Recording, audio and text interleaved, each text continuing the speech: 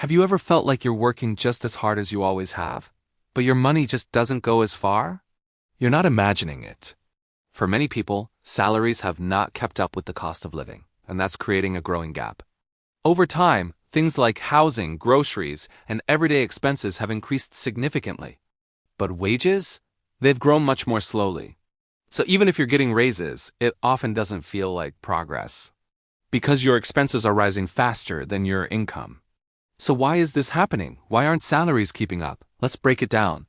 First, wage growth versus inflation.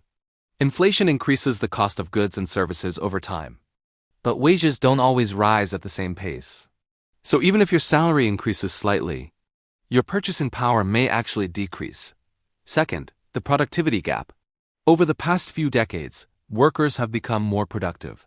But the benefits of that productivity haven't always translated into higher wages. Instead, much of that value has gone elsewhere. Third, global competition. Companies can now hire talent from around the world, which puts pressure on wages in many industries. If labor can be sourced more cheaply elsewhere, local wage growth slows down. Fourth, rising cost of living. Some of the biggest expenses like housing, healthcare, and education have increased rapidly. These aren't optional expenses, so they take up a larger portion of your income. Fifth, salary structure and negotiation.